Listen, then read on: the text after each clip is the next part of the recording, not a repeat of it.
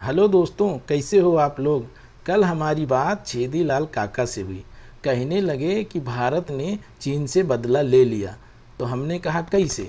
उन्होंने कहा कि चीन ने हमारे 20 जवानों को शहीद कर दिया था। तो हमने भी उसके 59 एप्लीकेशन को इंडिया में बैन कर दिया।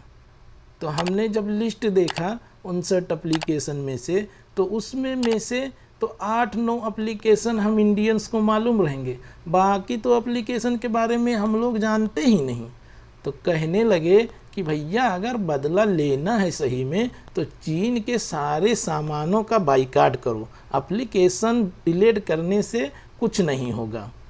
सबसे पहले चाइना के मोबाइल बंद करो।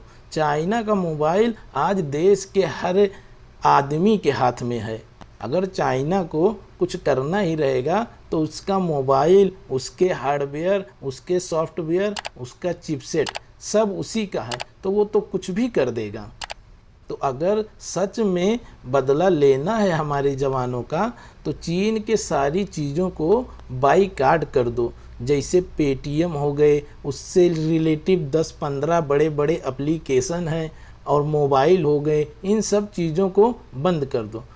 तो छेदीलाल काका हो गए गुस्सा, कहने लगे पेटीएम तो नहीं बंद होगा। तो हमने कहा क्यों। तो उन्होंने कहा कि पेटीएम का प्रचार तो साहब खुद ही किए थे, वो भी चिल्ला चिल्ला के किए थे, कह रहे थे पेटीएम करो, पेटीएम करो, पेटीएम करो। फिर छेदीलाल काका ने कहा कि डीजल पेट्रोल के दाम ऐसे बढ़ रहे हैं कि डीजल पेट्रोल से बड़ा हो गया। तो हमने कहा कि ये तो शायद देश की अर्थव्यवस्था खराब है, इसीलिए ये कदम उठाया गया। तो छेदीलाल काका भड़क गए, कहने लगे कच्चा तेल इतना सस्ता मिल रहा है तो इतना महंगा क्यों कर रहे हैं। सारा काम जनता ही करे क्या, सब चीज़ जनता से ही वसूला जाएगा। भैया जो पेट्रोल मंत्री हैं ना, उन्होंने कहा है कि ये जो पैसा ज़्यादा लिया जा रहा है डीजल पेट्रोल पे, वो किसी के घर में नहीं जा रहा है, वो गरीब के हित के लिए काम में लाया जाएगा। अरे भैया, आप नेता लोग भी कुछ अच्छा कर लो, कुछ पैसे दान दे दो जिससे गरीब का भला हो जाए। आप लोगों का कोई हक नहीं बनता है, खाली बस हर काम में जनता दान दे, जनता से वसूली होए, ये सब क्या। ये सब बातें सुन के छेदीलाल काका एकदम गर्म हो गए। छेदीलाल काका कहने लगे कि कुछ साल पहले पेट्रोल 72 रुपये चले गया था। तो कोई मंत्री हैं जो उनका नाम नहीं लेंगे, कह रहे थे वो साइकिल से विधानसभा चले गए थे। तो हमने कहा काका अब तो 80-90 पार हो गया है पेट्रोल, अब क्या होगा। तो कहने लगे अब क्या होगा, साइकिल की कंपनी कुछ दिन पहले बंद हो गई, तो अब ना रही साइकिल और ना जाएंगे विधानसभा। और किसी नेता ने आरोप लगाया है कि 5700 करोड़ अभी चाइना से लोन लिया जा रहा है।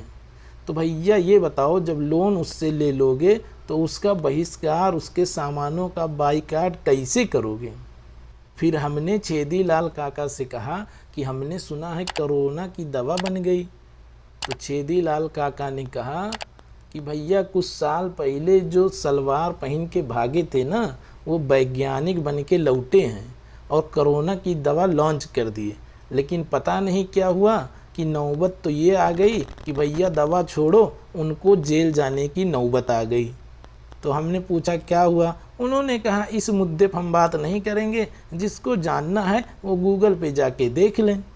फिर छेदीलाल काका ने कहा कानपुर के बालगृह में पिछले दिनों 57 लड़कियां कोरोना पॉजिटिव आई हैं, उसमें से 7 तो प्रेग्नेंट हैं और 2 HIV पॉजिटिव हैं। लेकिन किसी मीडिया ने इस पे डिबेट नहीं किया।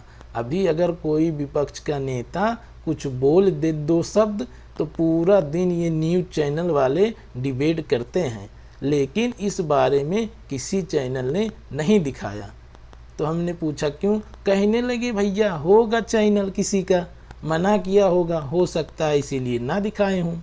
और छेदीलाल काका कहने लगे कि 31 जुलाई तक कौनो स्कूल नहीं खुलेगा। जिसका छोटा छोटा बच्चा कलेक्टर बनने की सोच रहा था ना, अब 31 जुलाई तक घर में रहें। और छेदी लाल काका कहने लगे कि बम्बई में कोरोना के मरीज बहुत तेज़ी से बढ़ रहे हैं, इसके लिए मुंबई के सरकार ने बिना मास्क घर से निकलने पे 1000 रुपये का फाइन लगा दिया। तो आप अपना ख्याल रखें, नहीं तो 1000 का बिल आपको थमा दिया जाएगा। और हम चलते हैं, अभी मिलेंगे अगले वीडियो में। छेदी लाल काका का फ़ोन आ रहा होगा, तो चल के कुछ न्यूज़ लेते हैं, फिर अगले वीडियो में आप लोगों को बताते हैं। तब तक अपना ख्याल रखें। अगर वीडियो पसंद आए तो लाइक करें, दोस्तों के साथ शेयर करें, और चैनल पर नए हैं तो चैनल को सब्सक्राइब करना ना भूलें।